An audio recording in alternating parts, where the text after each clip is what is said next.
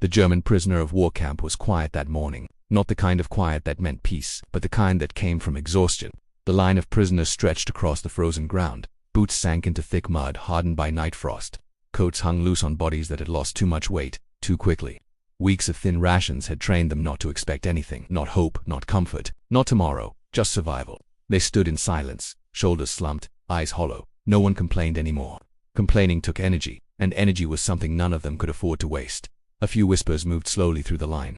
Soup again, maybe boiled turnips, don't hope, it only hurts more. Then the sound came: engines. At first, no one reacted. Engines meant work. Engines meant orders. Engines meant more exhaustion. But this sound was different. It wasn't the sharp bark of military transport. It was slower, heavier. Straining underweight heads began to lift. 2 American trucks rolled through the camp gates, canvas covering their backs. As they stopped, steam rose into the cold air. Soldiers jumped down, rubbing their hands, laughing quietly, their breath forming clouds. One German prisoner frowned. Why would they need trucks for soup? An American sergeant spoke briefly to the guards, then turned toward the prisoners. All right, listen up. Nobody moves. Food's coming. The word food moved through the line faster than warmth ever could. The canvas was pulled back. Inside were crates, wooden crates, metal containers, large insulated boxes stacked deep. One prisoner whispered, barely audible, "This can't be one meal." The Americans began unloading, not carefully, not sparingly. They stacked crates on tables, on the ground, everywhere. Then the lids opened. The smell hit first. Not watery broth, not boiled roots. Real food, warm food. The line didn't surge forward. It folded inward instead. Men grabbed each other's sleeves as their legs weakened. Some covered their mouths. Others stared as if the scene might vanish if they blinked. This is for everyone. An American soldier noticed their shock and gave a small smile. Yeah, he said simply, eat slow. But no one moved. The food was right there, close enough to smell, close enough to feel the heat. Yet the prisoners stood frozen. A full piece of bread, whole potatoes, meat, milk. One man whispered, "If I eat this, it has to be a trick." The soldier leaned closer. "It's not a trick," he said quietly. "But you need to eat slow. Hear me, slow." The word confused them. For months they had trained themselves to eat fast. Faster than hunger. Faster than stronger men. Faster than fear. Now they were told the opposite. A prisoner tried to take a large bite.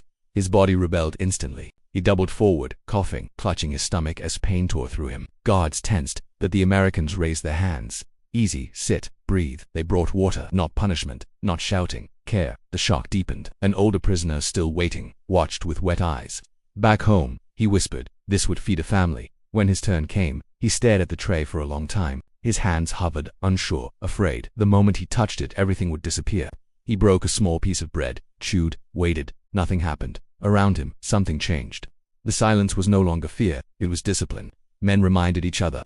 Small bites. Drink water. Wait. An American medic walked between the tables, watching closely. "This isn't kindness," one prisoner whispered. "This is something else." Outside, the trucks remained. Inside, time slowed. The first minutes passed. No one shouted, no one stopped them. That alone felt suspicious.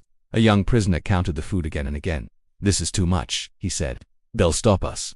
"Finish what you can," an American replied. "More comes later, more later." The words froze the room.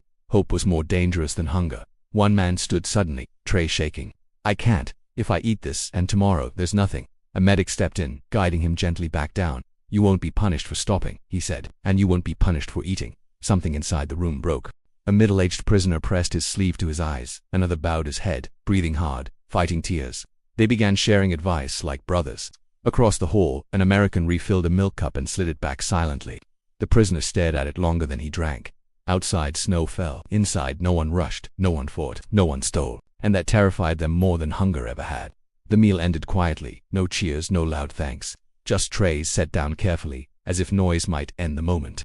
Then an American officer entered. Conversation died instantly. They braced themselves. Instead, he spoke calmly. That was not a special occasion. Heads lifted. That was the first of many. Silence. "You'll be eating like this again," he continued. "Not recklessly, but regularly."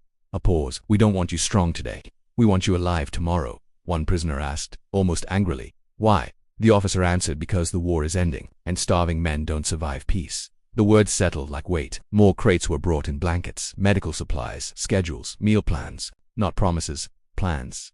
An older prisoner stood slowly. "So this wasn't mercy." The officer met his eyes. "No," he said. "It's responsibility." That night, no one slept. Not from hunger.